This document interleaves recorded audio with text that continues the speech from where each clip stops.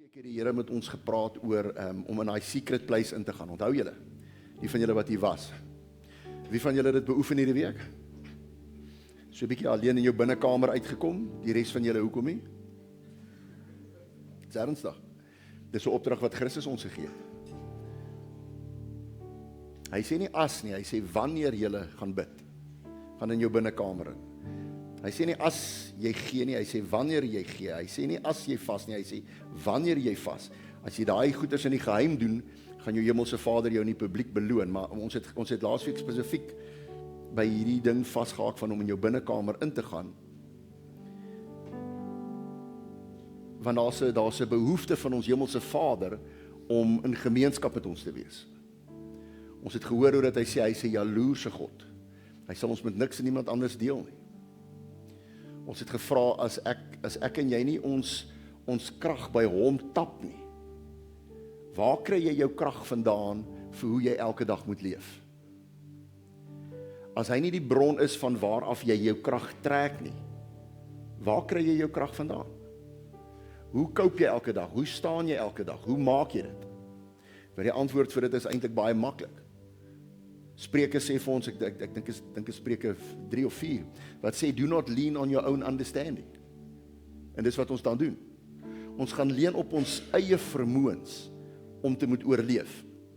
En dan wonder ons hoekom ons wiele afkom. Dan wonder ons hoekom ons lewens van een krisis na 'n ander krisis voeter ons voort. En dis hoekom hy ons roep en sê, kom in hierdie binnekamer, kom saam met my. Daai geheime plek. Sê geheime plek spreek van iets wat nie almal van weet nie en wat almal nie kan kry nie. En daar moet waarde aan dit wees, anders sou Christus dit nie vir ons gesê het nie. Ons het gesien hoe dit 'n deel van sy lewe was. Hy het gedurig weggebreek van die skare, van die verwagtinge, van die nood, van die druk wat die mense om hom gehad het. Het hy baie maklik wegbeweeg en hy het na 'n geheime plek toe gegaan saam met sy Vader. Hy as die seun van God, as hy nodig gehad het om sy krag te put, om dit by hom te trek, hoeveel te meer nie ek en jy nie? Amen. So vir ons is dit nie 'n opsie nie. Vir ons moet ons besef, dis hoe en waar ek in my oorwinning bly. Maar terwyl ons besig was met dit, en die Here met ons oor dit gepraat het daar 'n woord uitgekom. Die van julle wat nie verstaan nie, in die Nuwe Testament kerk, die Heilige Gees vir ons gestuur, en die Heilige Gees gee vir elkeen van ons verskillende gawes. En een van die gawes is om in tale te praat. En dit is 2 verskillende tipe tale. Jy het een wat jy jouself mee stig, wat 'n hemelse taal is, wat jy met jou verstand nie weet wat jy bid nie, maar jy bou jouself op. En dan is daar 'n ander taal wat gegee word wanneer iemand in die gemeente 'n woord van die Here af ontvang, maar dan moet iemand daai taal uitlê. Dis wat gebeur het. So laasweek het James die Here hom 'n spesifieke woord gegee, en toe hy die woord gee, toe slaan dit presies die spyker op die kop met waaroor ek al die afgelope 3 weke oor probeer praat. En die woord het uitgegaan en ek het dit uitgelê, en dit sê dat die Here ons wil voorberei vir die nuwe wyn. Kan julle onthou die wat hier was? Hy het gepraat oor dat jy kan nie nuwe wyn in ou wynsakke gooi nie. Want die ou wynsakke gaan dit nie kan hanteer nie. It won't be able to contain it. En dis wat die Here op my hart gelê het vir ons, wat nou 'n Nuwe Testament kerk is. Ons wat nou so vir die afgelope paar weke voor dit deur hierdie ding gegaan het van hierdie nuwe geboorte van die nuwe kerk. En ek weet nie of julle weet wat ons kerk se naam is nie. Wat noem ons gemeente? Nuwe Lewe. Nuwe Lewe is nie net 'n mooi naam wat ons gedink het om dit te gee omdat dit 'n catchy phrase is nie. Dit kom van dit af wat werklik met jou en met my gebeur het. Hy het ons lewens nuut kom maak. En daai woordjie nuut is 'n woord kainos. Sê so 'n bietjie kainos. Dis K-A-I-N-O-S, kainos, dis 'n Griekse woordjie. Dit sê dat jy nuut gemaak is in vorm en nuut gemaak is in kwaliteit. So jy's 'n splinternuwe wese. Jy's nie 'n beter weergawe van wie jy was toe jy 'n sondaar was nie. Hy het gekom om jou splinter nie te maak. Hy het jou nie kom oppimp nie. Ons mans doen dit mos as ons voertuie koop. Jy gaan koop die voertuig, dan hou jy nie van die wiele wat op is nie, maar dan gaan sit jy mags op. Dan ry jy in die straat af, dan hou jy nie van hoe die exhaust klink nie, want dis te stil, en dan gaan sit jy 'n free flow op. Dat almal moet hoor hoe blaar ons in die straat af, né? So ons customize, die Engels praat van ons pimp hierdie ding op. Ek het vroeër jare altyd gespot met Hannon Botma, hoor. Wie van julle kan onthou vir Hannon? Toe het ek gesê dat iemand hom nog nie uitgehaal het nie, verstom my. Want as jy sien wat hy doen met 'n vaal Karoo lelie, wat hulle daar by hom aanbring, né? Julle almal daai show al gekyk, né? Dan kom hy met hierdie vaal ou lelie daarin, dan kry daai ou haar in die hande. Ouens, die haartjies word gedoen, die naaltjies, die voetjies, ek meen, die grimering word gedoen, daai girl kry 'n totaal en al 'n make-over. En vir my is die mooiste gedeelte altyd wanneer die familie almal so in die voorportaal sit, dan kom hulle met ou lelie daar aan. En dan sien jy daai man se gesig. Daai verbasing van, wat? En dis net daar waar ek my strip. Want ek weet, 3 weke van daar af, is die klere die hare uitgewas, is die nuwe naels uitgegroei, is die rokkie wat hulle gekry het by die sponsors, is teruggegee, en dan moet daai arme ou weer wakker word langs daai vaal lelie. Daai disappointment, ouens, daai teleurstelling, ek sal dit nie kan oorleef nie. Soos ek hoor enige iemand kom met daai goed, dan ek raak senuweeagtig. Maar dis nie wat hy met ons kom doen het nie. Christus het gekom om jou en my splinter nuut te maak. Hy het gekom om jou te maak iets wat nog nooit voorheen daar was nie. Hy het gekom om jou lewe so te verander, dat jy so anders is, dat mense dit actually raak sien. En almal van ons het al daai uitdrukking gehad teenoor mense. Almal van ons het al gehoor, hoe dat as jy werklik waar in Christus is, en jy leef soos hy, dat jy hierdie woorde hoor van, maar wat is anders aan jou? Het julle dit al gehoor? Het iemand dit al vir jou gesê? Het jy dit al vir ander mense gesê? As jy van 'n individu praat, iemand wat naby aan die Here leef, iemand wat regtig geregtig leef, as ons van daai persoon praat, dan sal hulle sê, daar's iets anders omtrent daai persoon. Nee, ons doen dit mos. En dis die rigting wat die Here met ons met my begin praat, dat ons moet begin besef, dis wat met ons gebeur het, ouens. As jy hom aangeneem het en jy het weergebore geraak, het hy jou splinter nuut kom maak. Maar hierdie konsep van die nuutheid, hoor ons die eerste keer by Jesus, wanneer hy hierdie gedeelte lees in Lukas 5, en ek wil net dit vir julle lees. Die konteks is, hulle het met Jesus kom praat oor vas. En uit die storie wat die skare vra, hoekom vas jou disippels nie, loop Jesus in hierdie gesprek in. Hy sê, skus julle, nou moet ek nie daarby uitkom. Dis Lukas 5. Hy sê die volgende, en hy het ook aan hulle 'n gelykenis vertel, hier van vers 36 af. Hy sê, niemand sit 'n lap van 'n nuwe kleed op 'n ou kleed nie. Anders skeur die nuwe ook. En die lap wat van die nuwe afkom, pas nie by die oue nie. Nou hierdie konteks was, Jesus het met hulle gepraat, want hulle was ou wettiese Jode gewees. Hulle het 'n klomp ou rituele van die wet en van die Joodse gewoontes het hulle onderhou. Nou kom Jesus en hy's besig om hulle voor te berei en vir hulle te sê, ek is besig om iets nuuts vir julle te bring, en dit gaan nie compatible wees met die oue nie. Jy gaan nie hierdie twee met mekaar kan vermeng nie. En nou gee hy die mooiste beskrywing van dit. Vers 37, en niemand gooi nuwe wyn in ou leersakke nie. Anders sal die nuwe wyn die sakke skeur, en dit sal uitloop, en die sakke sal vergaan. Maar nuwe wyn moet in nuwe sakke gegooi word en albei saam behoue bly. Hierdie nuwe wyn wat Jesus van gepraat het, is wat hy sê wat sou met ons gebeur het wanneer ons hom aanneem. Hierdie nuwe wyn is die Heilige Gees wat sy gekom het om ons te kom wederbaar, in ander woorde, om ons weergebore te laat word as kinders van God. Want die oomblik wanneer ons hom aanneem, dan ontvang ons sy Heilige Gees. En sy Heilige Gees kom maak ons nuut. So wat hy sê is, jy kan nie hierdie nuwe wyn, hierdie nuwe Heilige Gees, kan jy nie drink as jy ou denkpatrone het nie. As jy nog aan ou goed vasleef nie, as jy nog aan jou ou mens se leefstyl vashou nie.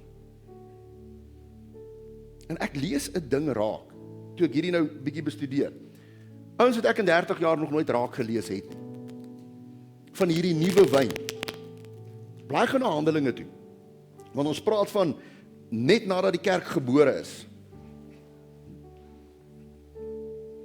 Daarna Handelinge 2 toe.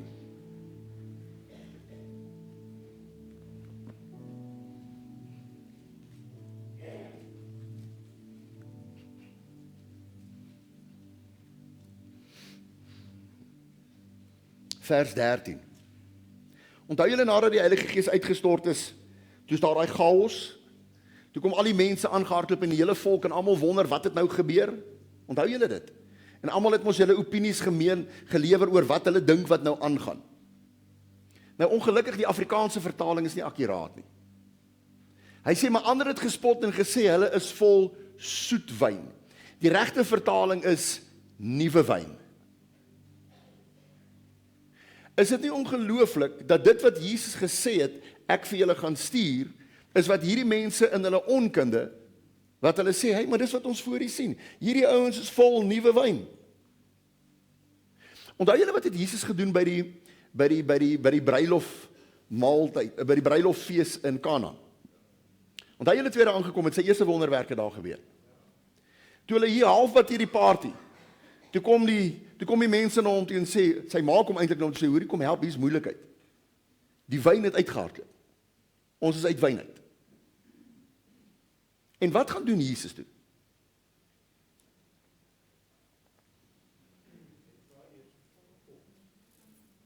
Hy sê, bring vir my water. En toe hy die water bring, wat doen hy met die water? Verander dit in wyn. Kan julle onthou wat was die kwaliteit van daai wyn gewees? Dit was beter as die eerstes. Nou net om ek wil nou nie die wynvlee hierso ammunisie gee nie. Maar wat hulle daai tyd gedoen het is, as hulle by 'n party was, dan het hulle die beste wyn eerste gegee, en dan soos wat die ouens kuier, en die geselligheid nou al hoe lekkerder raak, nê? En die tonge sleep, want ons raak los, en het raak lekker, nê? Dan die ou wat die gasheer was, dan het hy gegaan, en dan het hy die cheap wyn, dan het hy al die Olofberg bokswyn, nee, dan het hy daai gaan haal daar agter. Dan bær hulle nou al die dierwyn, dan kom bring hy nou hierdie bokswyn, hierdie papsakke, nee. Dan bring hy nou daai uit. Want in daai tyd was die mense so onder die invloed, hulle kon nie regtig die verskil mee proe nie. So al wat hulle wou gehad het is net top op, top op, top op. Hier kom hulle en hulle sê, maar hierdie ouens is vol nuwe wyn. Hulle identifiseer iets wat hulle nie besef het wat Jesus gesê het toe hy gepraat het in Lukas 5 nie. En dis wat met jou en met my gebeur. Die oomblik wanneer ons Christus aanneem, dan drink ons hierdie nuwe wyn in. En die oomblik as jy dit indrink, dan kom jy onder die invloed van daai nuwe wyn. Want dis die idee van wyn. Dit beïnvloed jou. Hoor gou wat gebeur hier in Efesiërs 4. Blaai gou saam my soontoe.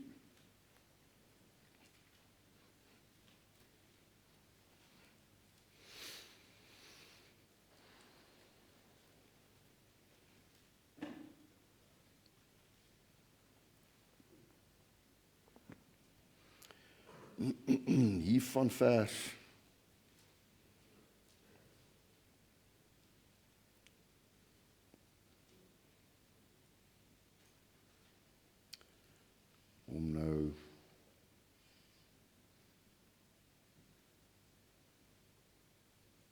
My maggies. Efesiërs 4 hier van vers, ek dink is 17. Koop die tyd uit man, kom nou. Jacques, help my gou. Koop die tyd uit. Skus, hoofstuk 5, sorry. Hoofstuk 5.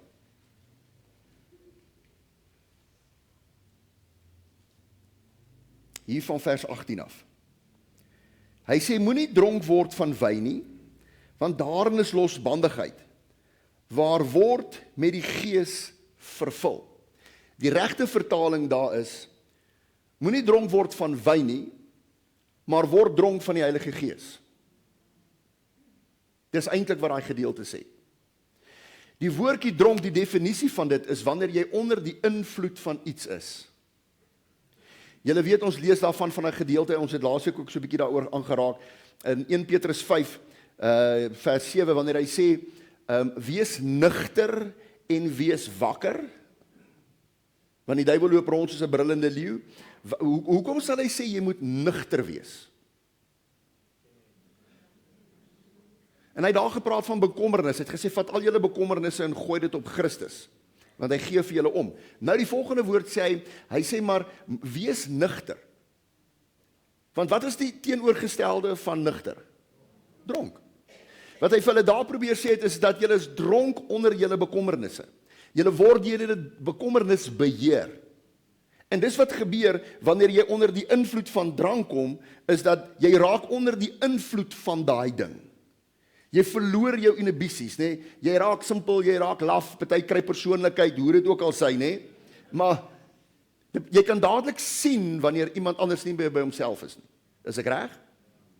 En nou kom hy, nou sê hy, moenie meer dronk word van wyn nie, want daarin is losbandigheid, maar word dronk van die Heilige Gees. In ander woorde, soos wat jy onder die leiding of onder die beheer van die drank was, so sê hy, nou moet jy onder die beheer van die Heilige Gees wees. Die nuwe wyn. Jesus kom by die vrou, by die put, Samaritaanse vrou. En hulle het 'n gesprek, en hulle gesprek lei toe na waar is die regte plek om te aanbid. Maar hy staan by die vrou en hy sien hoe dat sy water uit die put uittrek. Ek weet nie wie van julle Chosen gekyk nie. Maar ek lag, ek het 'n goeie vriend wat altyd vir my die Bybel aanhaal volgens die weergawe van The Chosen. Nee? En Chosen het 'n baie mooi uitbeelding van dit waar hierdie vroutjie by die put staan en dan terwyl sy daar staan, dan kom Jesus aan en het 'n gesprek met haar en dan sê hy sê hy vir haar sy moet van water trek. En die lank en die kort van dit is eventually sê Jesus vir haar, maar die water wat ek vir jou gee, as jy van daai water drink, sal jy nooit weer dors kry nie. En sy sê toe, asseblief, ek soek van daai water. En dis presies wat Jesus van gepraat het, is van hierdie nuwe wyn, wanneer ons met die Heilige Gees gevul word. Hy sê dan sal strome van lewende water uit ons binneste uitvloei. So daar's die hele tyd hierdie sinspeling wat plaasvind. Maar Jesus sê vir jou en vir my, dat vir ons om daai nuwe wyn te kan ontvang, moet ons ontslaa raak van die ou wynsakke. Want jy's 'n nuwe mens. Hy het jou splinter nuut gemaak. Hoor wat sê 2 Korintiërs 5, vers 17, blaai net so 'n stukkie terug.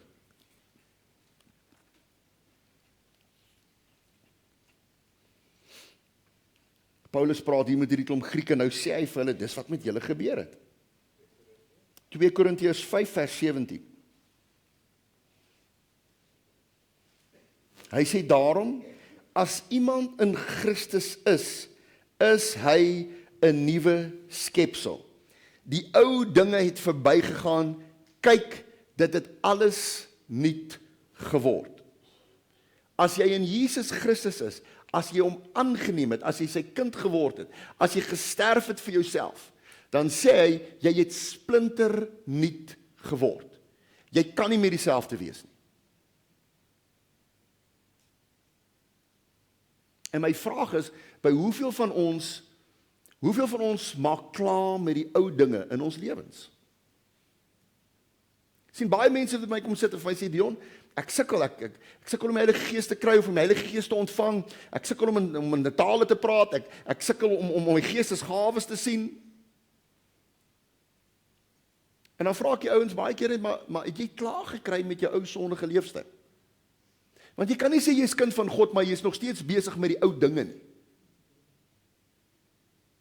It's not compatible. Daai sak gaan skeer. Daai gepatchte lap gaan uitmekaar uitgetrek word. Jy moet besef, jy moet 'n nuwe sak wees vir hierdie nuwe wyn. Jy moet voorberei, jy moet reg wees vir hierdie nuwe wyn wat hy in ons lewens wil uitstort. Sodat ons draers van hierdie Heilige Gees kan wees. Jesus doen 'n snaakse ding. Hy praat met sy disippels net voordat hy wegvaar. So hier toe hulle om die tafel sit met die laaste maaltyd wat hulle het. En hy maak hierdie stelling, hy sê vir sy disippels, dit gaan vir julle beter wees dat ek weggaan. Dink gou 'n bietjie aan die logika van daai stelling. Hy het 3 jaar saam met hulle tyd spandeer, hulle het skouers geskuur, hulle het gesien wat hy gedoen het, hulle het ervaar wat se impak hy in mense se lewens maak, hulle het gesien hoe hy daai hele volk besig is om te draai. Kan jy dink hoe dit moes gevoel het om deel te wees van daai groepie mense? Kan jy dink hoe dit moes gevoel het om deel te wees van hierdie ingroep, hierdie klein nabye groepie om hom? Nou sit hy, en onthou, hulle is nog steeds nie besig, of hulle is nog steeds nie bewus van waantoe hy op pad is met sy kruisiging nie. Hulle sit net en sit met die tafel en is nog besig saam met hom brood te breek. Nou vertel hy vir hulle, dis vir julle beter dat ek weggaan. Want as ek nie weggaan nie, kan ek vir julle nie die belofte van die Vader stuur nie. Wat was daai belofte nou weer gewees? Die Heilige Gees. Ouens, dink aan die gewig van daai stelling. As Jesus self sê, dis beter dat ek weggaan. Sy disippels was gedink is gek. Eerlikwaar, ek sou gedink het, Here, daai 40 dae in die woestyn, dalk 'n bietjie sonsteek opgetel of ietsie daar. Dis hoe ek sou gedink het, want hoe kan dit sin maak om te dink dat dit beter vir my is dat hy moet weggaan?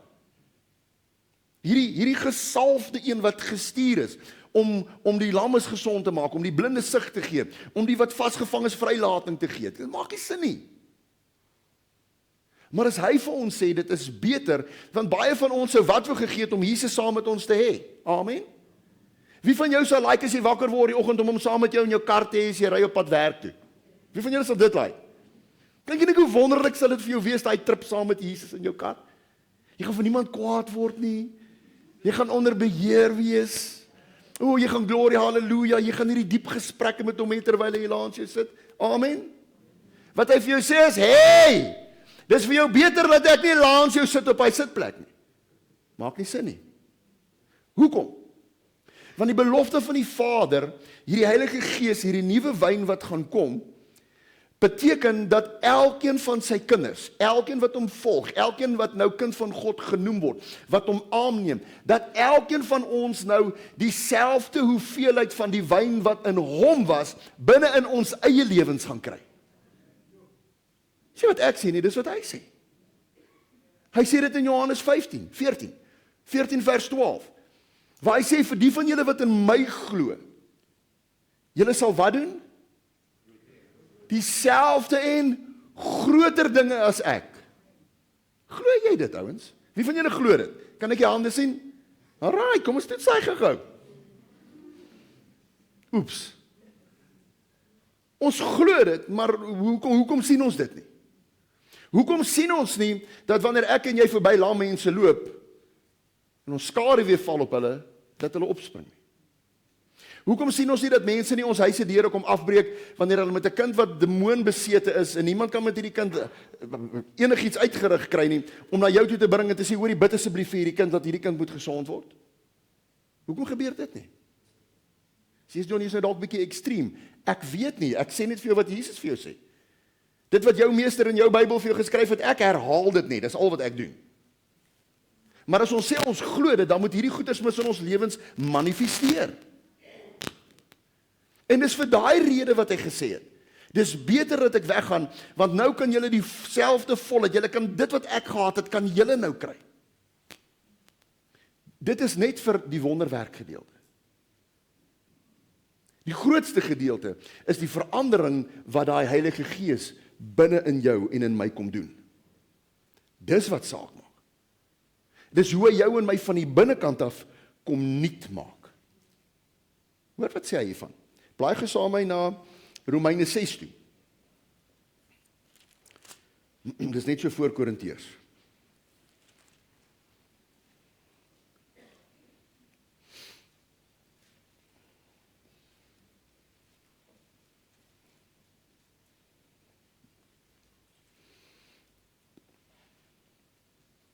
Paulus praat hier met hierdie mense in Romeine hier van vers 4 af en hy sê vir hulle, ons is dus saam met hom begrawe deur die doop in die dood. Sodat net soos Christus uit die dode opgewek is deur die heerlikheid van die Vader, ons ook so in 'n wat kan wandel? Nuwe lewe. Maar jy kan nie in 'n nuwe lewe wandel as jy nie saam met hom gesterf het nie. En ek hoop ek gaan party van julle nou irriteer en ek gaan jou kwaad maak. Hoekom is jy nog nie gedoop nie? Hier's ouens wat verstom my om te sien hoe dit ons redeneer, hoe dit ons stry en hoe ons beter weterig is oor daai onderwerp. Hy sê daar vir jou, ons is dus saam met hom begrawe deur die doop. Jy kan op geen ander manier begrawe word nie. Jy kan op geen ander manier ontslaa raak van hierdie vleeslike mens nie. Jy moet gedoop word. 'n Baptisto, sê so 'n bietjie baptisto. Baptisto beteken onderdompel. En dit kan net gebeur wanneer jy besef jy's 'n sondaar. Jy's op pad hel toe. Daar's 'n ewige oordeel wat vir jou wag. Jy het nodig om 'n verlosser te kry om jou te red van daai toestand. Kan jy dit doen as jy 'n babatjie is? Wat hulle met julle gedoen het toe julle babas was nie die doop nie. Dis miskien 'n goeie bede om te sê, Here, ons gaan hierdie kind grootmaak in U weë, maar ouens, dis nie die doop gewees nie. Dis 'n bekeringsdoop. Wanneer jy besef jy's in die moeilikheid en jy moet gered word. En dan sê hy wanneer jy deur daai proses gegaan het. Dis wat Jesus vir Nikodemus gesê het, toe hy gesê het jy moet eers weer gebore word as 'n nuwe baba, as 'n nuwe mens, deur gees en deur water. Dis daai proses wat hy van gepraat het. Dis al hoe jy 'n nuwe mens kan word. Hier sit Tannie Rina, né? Tannie is nou 140. 91. Ek weet nie wie van julle was hier gewees met die tannie se doop nie. Mag ek maar sê, die tannie was getroud met 'n dominee. Is ek reg, Tannie? Met 'n predikant. Sy het groot geword in die kalvinistiese leerstelling. En sy land een aand hier en per ongeluk op een van ons woensdaande, ek weet nie hoekom ek daaroor gepraat het, die praat ons oor die doop. En terwyl ons oor die doop praat, die spring hier Tannie op en sy sê, ek wil gedoop word. Ek besef ek moet gedoop word. Ek het al die jare, ek het nie die waarheid geken nie. Op 91, ouens, halleluja, wie was hier gewees die dag toe sy gedoop was? Jy's nooit oud genoeg om gered te word nie, ouens.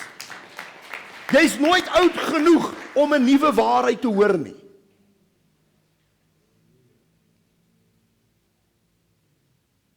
Ons is saam met hom begrawe deur die doop in sy dood, sodat ons uit die dode opgewek is deur die heerlikheid van die Vader, dat ons in hierdie nuwe lewe kan wandel. Hierdie nuwe lewe vol van sy Heilige Gees. Hierdie nuwe lewe waar ons nie meer dronk word van wyn nie, maar ons nou dronk word van die Heilige Gees, onder die Heilige Gees gevul word, gedurig vervul word met die Heilige Gees. Dis waar ons nou in moet wandel, my boetie en sussie. Dis wat hy vir ons kom doen het. Hy het ons splinter nuut gemaak.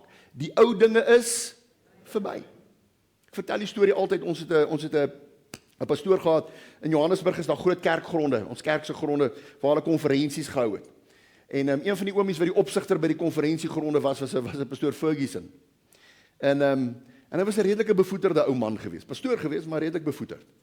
En dan kom die jong mense daar by mekaar, dan soos 2-3 jong mense wat by mekaar kom vir hierdie groot konferensie, en as hulle daar is, dan om 11 uur is die curfew, dan is die ligte uit. Dan moet die kinders in die kamers wees. En hy het so groot opgeleide Alsatian gehad wat hy mee rondgeloop het. dan as dit 11:00 is, dan begin hy met daai hond rondloop op die kampgronde. As jy nie in jou kamer is, dan maak hy brak los. Dan check jy hy kinders met hierdie hond agterna, né? En dan verskree hy die kinders en hy's kwaad en hy raas met hulle. En op 'n dag kom een van die jong manne na hom toe en sê van Pastor Ferguson, hy sê, why are you always so difficult? En die pastoor raak af en hy sê, boy, I was born difficult. En die jong man in sy wysheid draai om en sê vir hom, Pastor Ferguson, I thought you were supposed to be born again. Dis wat ek en jy moet besef, ons is anders. Ons het 'n nuwe lewe. Ons is saam met hom begrawe. Jy is vol van nuwe wyn. Jou ou manier van dink, jou ou manier van leef, it will not be able to contain, dit kan nie compatible wees met hierdie nuwe wyn nie. Laaste versie, dan skrif hy, dan gaan ek klaarmaak. Blaai gou saam met my na Efesiërs, die regte Efesiërs 4 hierdie keer. Dis waar ek nou confuse het.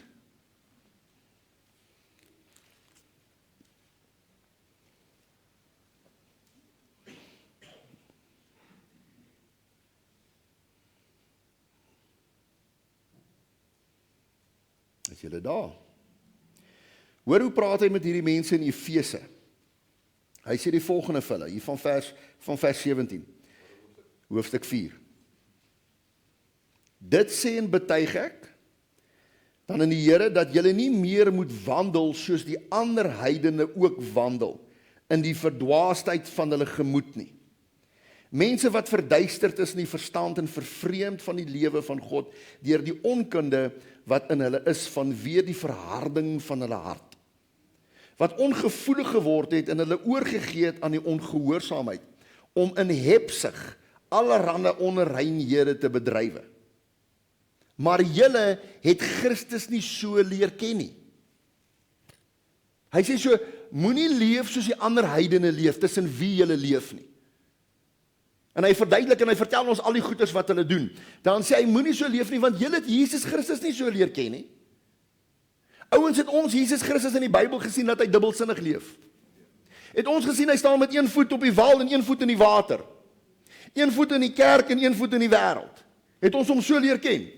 Het ons hom leer ken dat hy een ding gepreek het en 'n ander ding geleef het? Nee. En dis wat hy vir hulle sê. Julle is anders.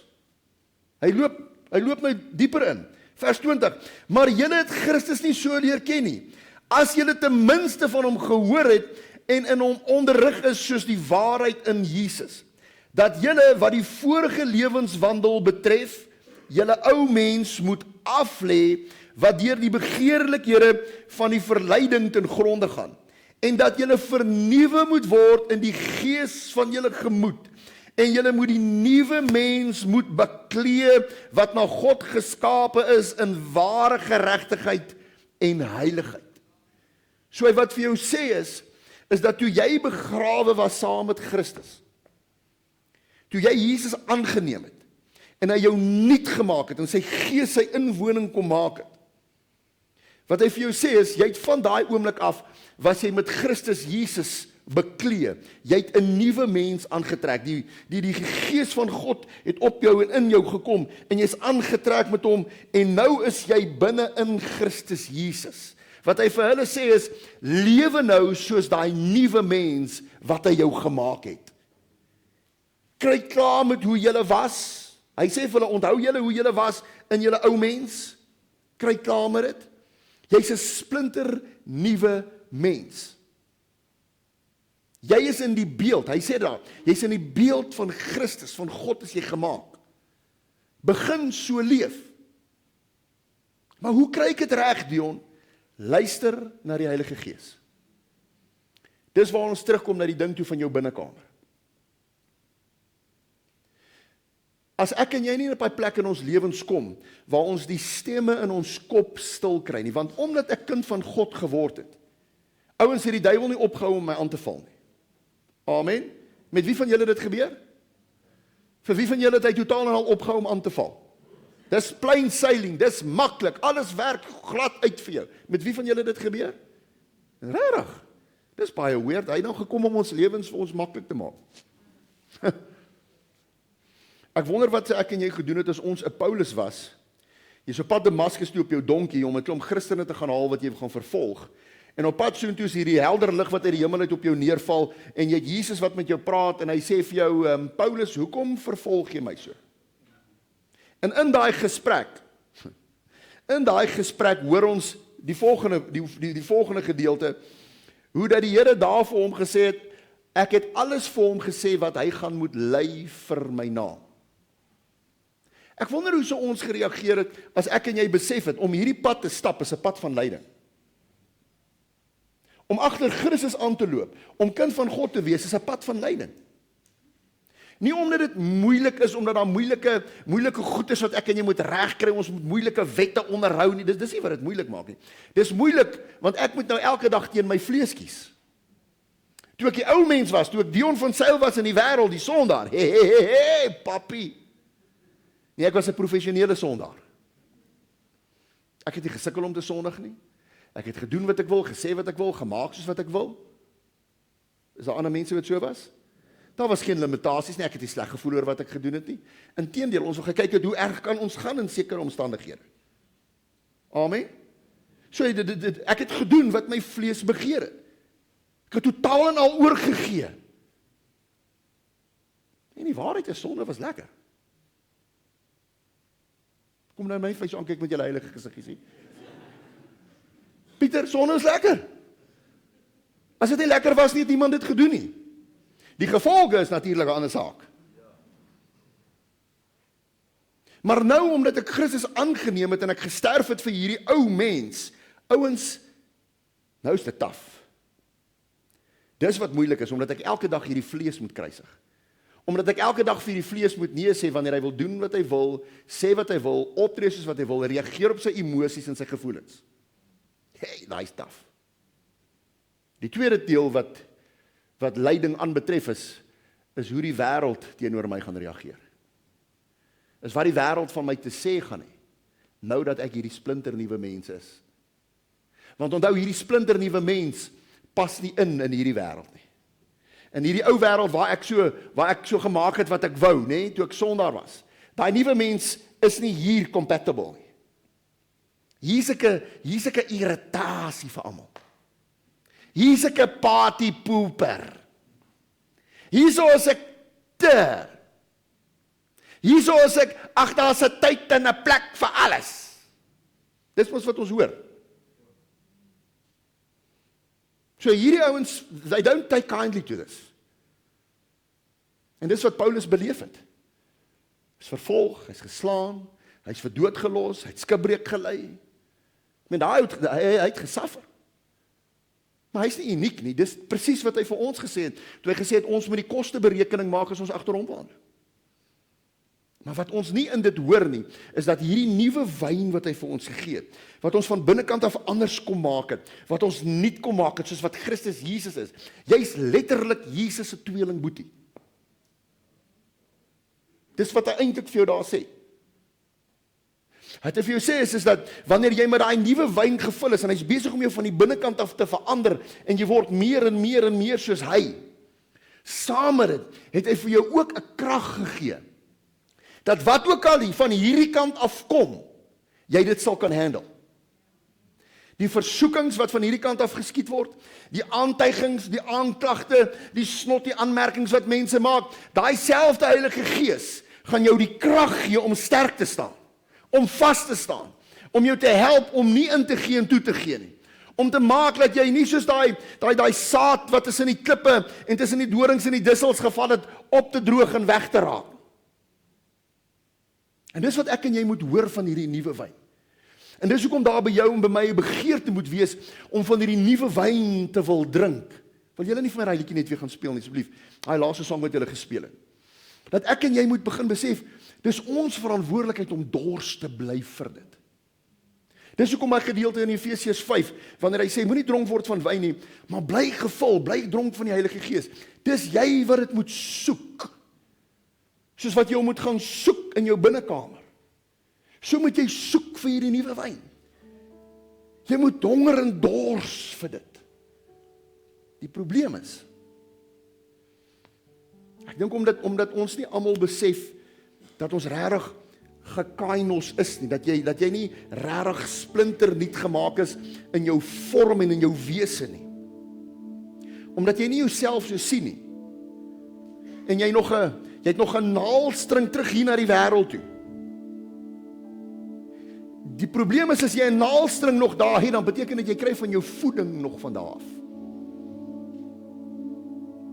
En die probleem is as jy nog jou voeding van daar af kry, dan is jy redelik versadig.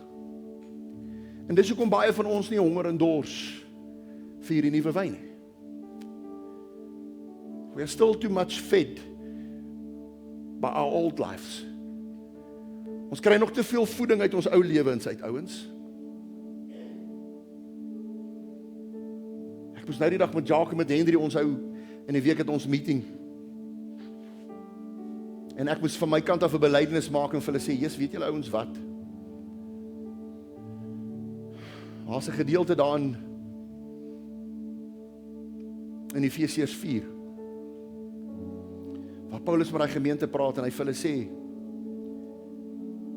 en hy praat van hoe ons as nuwe mens moet leef, hoe heilig ons moet wees. En hoe vol van die Heilige Gees ons moet wees. Hy sê vir hulle, julle moenie eers praat oor die goed wat die mense in die wêreld doen nie. Het julle dit geweet? Sit miskien gou 'n stukkie op. Sorry julle, ek voel net ek wil dit vir jou gou lees. Daar in Efesiërs 4.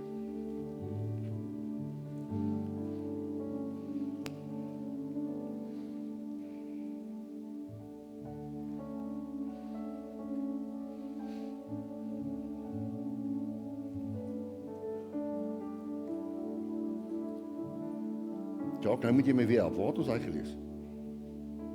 Hier is hy 5, hoofstuk 5. Ekskuus. Bly daai twee mix. Efesiërs 5. Hoor hoe dit sê wat met ons moet gebeur, vers 1. Wees dan navolgers van God soos geliefde kinders en wandel in die liefde soos Christus ook liefgehad het en hom vir ons oorgegee het as 'n gawe en offer van God tot 'n lieflike geur. Maar hoerery en alle onreinheid of hebsug moet onder julle selfs nie eers genoem word, soos dit die heiliges betaal. Engels praat van fitting. Die vorige gedeelte toe praat hy oor en hy sê vir hulle, julle moenie daai goeders mee doen nie. Nou praat hy in die volgende hoofstuk en hy sê, ouens, julle moenie eers oor daai goed praat nie. Om oor dit te praat, pas nie by kind van God nie. Om te praat oor die goed wat die wêreld doen, wat hulle mee besig is, dit pas nie by 'n kind van God nie. Sê vir iemand langs jou, dit pas nie by jou nie.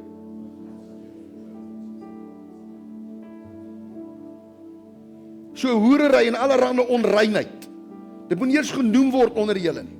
Vers 4, ook nie gemeenheid en dwaase of lawwe praatjies, wat nie pas nie. Jesus ouens, en ek kan my voet in die ding sit. Is daar nog sulke mense? Jesus, ek kan nonsens praat. Nee, kyk papie, ek praat nonsens vlot. Lawwe praatjies, grove grappe, grove aanmerkings. Want dit kom maar van hier af. Hier was ek 'n showman, ouens. Hier het ek 'n life of a party gewees. Waar's Andries? Daai seun is besig om iets van dit te leer. Die Here is met 'n amazing ding besig by hom. Maar solank soos wat ek nog net oor hierdie goeie praat en solank soos wat ek dit noem en solank ouens dan trek ek my krag uit dit uit. Dan is daar nie ruimte vir honger en ruimte vir diepte vir die dinge van God nie. Because I'm filled with His filth. Jesus, en is aaklig as jy hierdie twee manne in die oë moet kyk en ek moet vir hulle sê, sorry manne, pas nie by my nie. Want selfs net hierdie praatjies wat ek het, maak die deur oop vir die ou lewe. Voor ek myself kry, dan begin ek verlang, dan begin ek sit en praat oor hoe dit was toe ons in die wêreld was. Jesus, dan begin ons mekaar stories vertel van wat ons alles daar aangevang het. Onthou jy? Onthou jy hoe het ons daar gekuier? Tony? Onthou jy wat het ons aangevang? Onthou jy toe hulle ons moes kom uitbuil?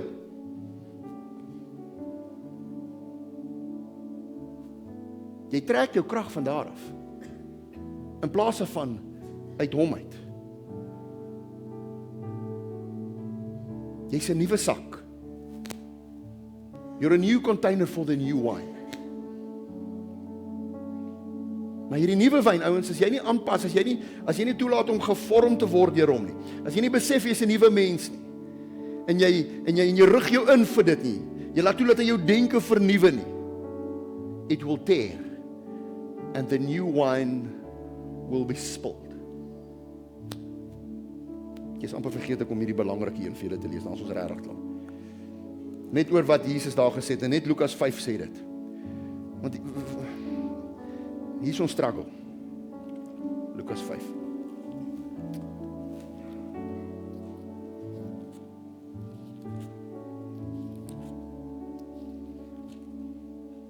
Vers 39. Daar toe hy praat oor die wyndrink. Vers 38, maar nuwe wyn moet in nuwe sakke gegooi word en albei saam behoue bly. Vers 39, en niemand wat ou wyn gedrink het, wil dadelik die nuwe hê nie, want hy sê, die oue is beter. Dis my vlees. Dis my vlees wat nie besef hierdie nuwe is beter vir my. My vlees sê, nee, ek like die ou is nog. Dis ons ou manier van dink. Vir ons is dit nie noodwendig die sonde nie, party van ons is dit selfs ons godsdienstige manier van dink. Dis selfs die ou maniere wat jy gewoond is van hoe God beweeg en hoe God werk. Hier sit van julle wat die Here al 100 jaar lank dien. Dion, wat wil jy my vertel? Ek is al 60 jaar op die pad. Jy's dalk al vir 60 jaar in die pad. Want jy het goed by ander mense geleer. Jy het goed by ander predikers gehoor, by ander kerke, by ander denominasies. En daai goed wat jy daar gehoor het, ouens, strook nie met wat Christus gesê het nie. Onder andere wat ons oor die doop gepraat het. Skrikwekkend, selfde geloof, Christus, Jesus, glo in dieselfde verlosser, saligmaker. Maar by 'n belangrike onderwerp soos daai, dan kom jy ons, nee. Ons glo die oordrawing van ons vaders. Get rid of the old.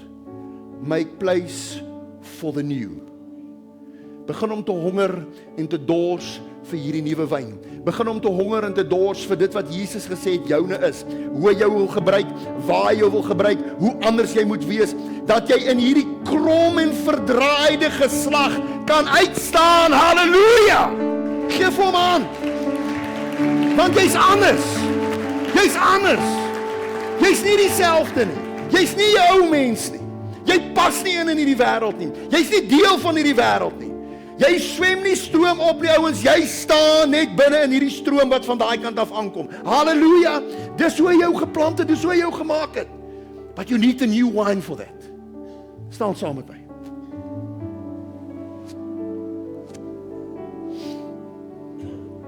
Miskien het jy vanoggend net so 'n bietjie repentance soos wat ek maar moes gedoen het oor Jacques en Henry. Miskien het jy nodig om 'n bietjie daar te staan en sê, Here, ek besef, ek het nog 'n naalstring terug na hierdie ou lewe toe. Na hierdie ou mens. Ek trek nog van my krag en my energie van daar af. Die manier hoe ek dink, die manier hoe ek dalk praat. Want party van ons is dalk nie meer in die sonde nie, maar ouens daai Here, ons repent, ons bely van dit. Ek besef vanoggend, en jy moet dit vir hom sê, ek besef vanoggend, ek is 'n splinter nuwe wese. Ek is splinter nuut gemaak in God. Die ou dinge is verby. Alles het vir my nuut geword, Here. Nuut hoe ek praat, nuut hoe ek dink, omdat ek vol van die Gees is. Maar ek besef, Here, net soos wat ek in die wêreld gedurig my glasie moes optop, besef ek, U sê vir my, Here, dat ek moet gedurig opgetop bly met die Heilige Gees. Ek moet gedurig gevul bly met die Heilige Gees, vol van U Gees. En dis wat ons as kerk nuwe lewe. Dis wat ons besef, dit is wat ons nuwe lewe gee, is hierdie nuwe wyn. So ek gaan jou vra, steek jou hande so 'n bietjie saam met my oop en dan, man, sommer net so simpel manifestasie, maak jou hande so oop en sê, Here, ek is soos 'n tregter. Ek wil soos 'n tregter staan vanoggend en sê, Lord, pour your spirit into me. Here, stort hierdie nuwe wyn binne in my, ek is honger en ek is dors vir dit.